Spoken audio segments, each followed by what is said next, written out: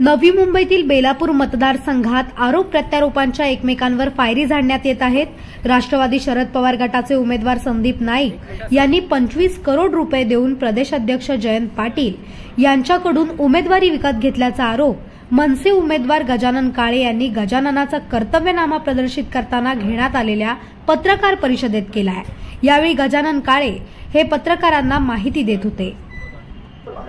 आज महाराष्ट्र नवनिर्माण सेनेचा 151 बेलापूर विधानसभा या क्षेत्राचा अधिकृत उमेदवार म्हणून मी आज माझा जाहीरनामा, ज्याला माझे सर्व सहकारी आणि मनसे म्हणून आम्ही गजाननाचा कर्तव्यनामा म्हणून आज प्रकाशित केलेला आहे।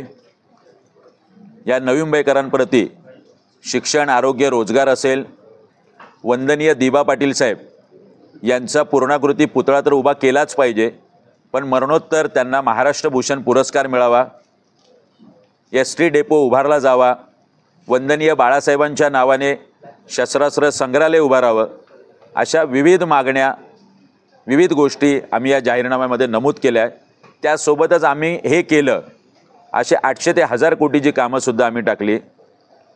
मला अनेक ज्येष्ठ नागरिकांनी विचारलं, तुम्ही भविष्यात पक्ष बदलणार नाही, याची काय गॅरंटी आहे? मी आज बॉन्ड पेपरसुद्धा आज सादर केलेला आहे। हा एकनिष्ठतेचा बॉन्ड पेपर आहे। मी उद्या आमदार झाल्यानंतरसुद्धा पक्ष बदलणार नाही, पक्षाशी प्रतारणा करणार नाही। भविष्यात ते तिकीट मिळालं नाही मिळालं तरीही पक्ष सोडणार नाही, असा हा एकनिष्ठतेचा 500 रुपयाचा बॉन्ड पेपर मी लिहून दिला आहे। सोबतच मी खुल्या चर्चेचं आमंत्रण दिलं आहे आदरणीय संदीप नाईक आणि आदरणीय मंदाताई म्हात्रे यांना। गेल्या 10 वर्षात आपण काय काम केलं हे 15 नोव्हेंबरला छत्रपती शिवाजी महाराजांच्या पुतळ्या शेजारी येऊन सांगावं। 10 वर्षात आम्ही काय काम केलं, आमच्याकडे कुठलंही संविधानिक पद नसताना, हे आम्ही येऊन सांगू असं मी एक खुल्या चर्चेचं आमंत्रण 15 तारखेचं दिलं आहे। त्यांनी ते स्वीकारावं आणि या नवी मुंबईकरांना आपण एक सुसंस्कृत शहरात राहतो आणि राजकारणी म्हणून आपण काय केलं हे दाखवून द्यावं, एवढे एक आव्हान मी आपल्यासमोर केलं।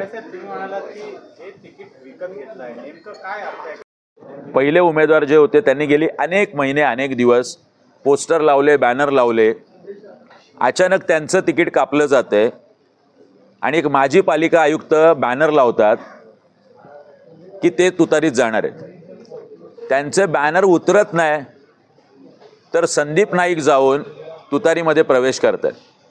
याचा अर्थ असा की राष्ट्रवादीच्या तुतारीसाठी आणि तिकिटासाठी बोली लागली होती।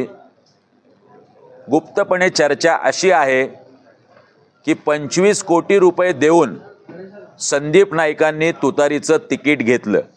हे तुतारीचेच कार्यकर्ते खाजगीत सांगतात। त्यामुळे तुतारी असेल किंवा महाविकास आघाडी असेल, कोणीही यांचं काम करायला तयार नाही। पुढे जाऊन मी संदीप नाईकांना आव्हान दिलं होतं, आपण महाविकास आघाडीचे इथे उमेदवार आहात, तिथे उमेदवार जे आहेत महाविकास आघाडीचे उबाटाचे, यांचा जाऊन आपण प्रचार करणार आहात का? आणि गणेश नाईक साहेबांना पाडा असं आपण आव्हान करणार आहात का?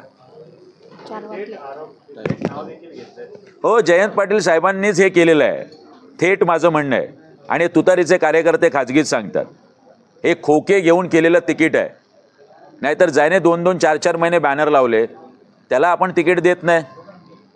नंतर पुढची बोली लागल्यानंतर माजी पालिका आयुक्त यांनी अजून उत्तर दिलेलं नाही नवी मुंबईकरांना की आपण का प्रवेश केला नाही, आपल्याला का तुतारीचं तिकीट नाकारले, आणि अचानक कोणीतरी चौथाच जाऊन तिकीट घेतोय।